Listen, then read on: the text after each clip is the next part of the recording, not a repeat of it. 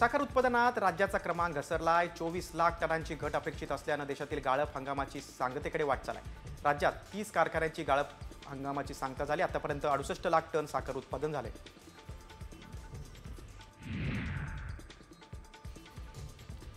यवतमाळमध्ये झालेल्या पीक विमा अपहाराचा तपास आता SITकडे देण्यात आला आहे. जिल्ह्यात अतिवृष्टी आणि पुरामुळे शेतीचं मोठ्या प्रमाणात नुकसान झालं होतं. त्यानंतरही शेतकऱ्यांना पीक विम्याचा लाभ मिळाला नाही. या प्रकरणी पीक विमा कंपनी विरोधात ऑक्टोबर 2024 मध्येच गुन्हा दाखल करण्यात आला आहे.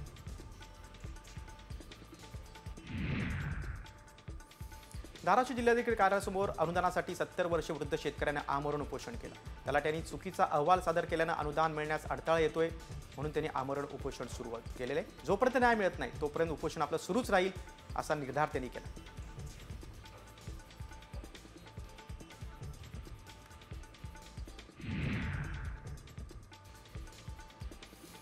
अमरावती जिल्ह्यातील 56 पाणी प्रकल्पात 60% इतका जलसाठा शिल्लक आहे. त्यामुळे अनेक भागात आता पाणी टंचाईची शक्यता वर्तवली जाते. अप्पर वर्धा धरणात 64% इतका जलसाठा शिल्लक आहे. या प्रकल्पात मागच्या वर्षीच्या तुलनेत 3% जलसाठा कमी आहे.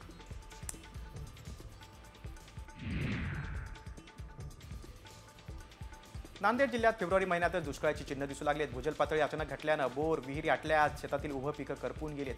पिकांचे तत्काळ पंचनामे करून आर्थिक मदत देण्याची मागणी शेतकऱ्यांनी केली.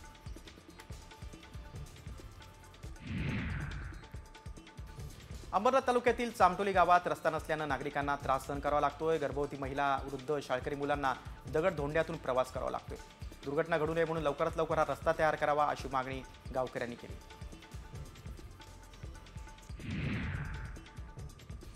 अंगणवाडी सेविका आणि मदतनीसांचे नांदेडच्या जिल्हा परिषद कार्यालयासमोर ठिय्या आंदोलन सुरू आहे.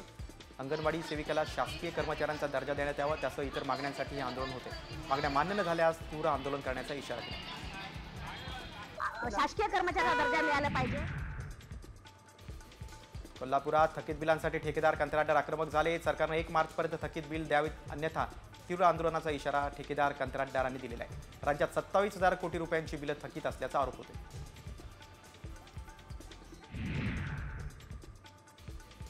गावातील रस्त्याचं काम लवकर पूर्ण व्हावं यासाठी सरपंच आणि सदस्यांनी आमरण उपोषण सुरू केलं आहे. बुलढाण्यातील शेवगाव आटोळ गावात उपोषण करण्यात येते. रस्त्याचं खोदकाम केल्यानं गावकऱ्यांना येण्या जाण्यासाठी त्रास होतो.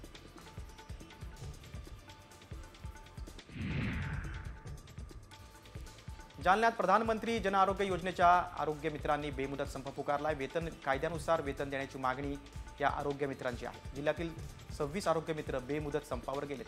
विविध मागण्यांसाठी आरोग्य मित्रांचं जालना जिल्हाधिकारी कार्यालयासमोर धरणं आंदोलन सुरू आहे.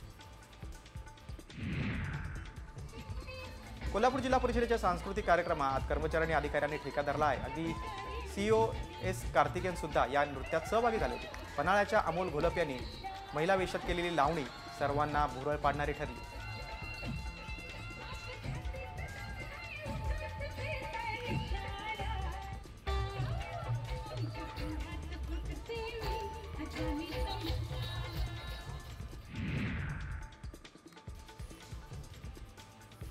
जळगावातील MIDC पोलिसांनी सुमारे 4 लाखांचा लसूण जप्त केला. हा लसूण नागपूरमधून चोरला होता.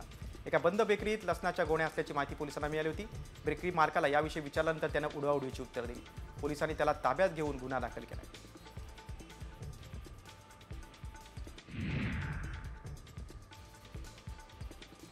जालना जिल्ह्यामध्ये प्रशिक्षणार्थी IPS अधिकाऱ्यानं वेषांतर करून वाळू माफियांवर कारवाई केली आहे. त्यांनी नदीपात्रात 2 JCB आणि 5 हायवा ताब्यात घेतले. ही घटना अंबड तालुक्यात घडलेली आहे. पोलिसांनी 2 कोटींचा मुद्देमाल जप्त केला आहे.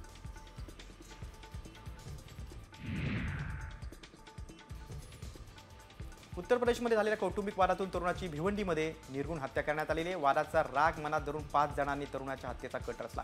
प्रेमाच्या जाळ्यात ओढत प्लॅनप्रमाणे त्याची दगडानं ठेचून हत्या केली. या प्रकरणात 5 आरोपींना पोलिसांनी ताब्यात घेतलंय. त्यांच्या विरोधात गुन्हा दाखल केलाय.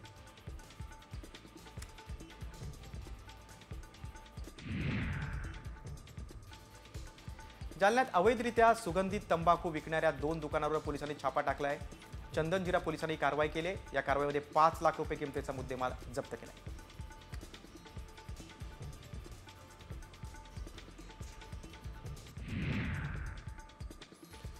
येरोडा लक्ष्मीनगर परिसरात 12 रिक्षा आणि 2 दुचाकींची तोडफोड करणाऱ्या सराईताला येरोडा पोलिसांनी अटक केलेली आहे.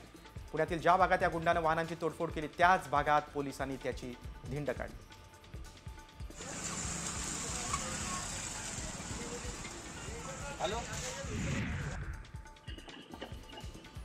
जालन्यात इनोव्हा गाडीतून गायीची चोरी केल्याची घटना समोर आली. हा संपूर्ण प्रकार मध्यरात्रीच्या सुमारास सीसीटीव्ही कॅमेऱ्यात कैद झालाय. इनोव्हा गाडीतून आलेल्या दोघांनी रॉयल नगर येथे आपली गाडी थांबवली आणि एका गायीला गाडीच्या मागील डिक्कीत कोंबलं.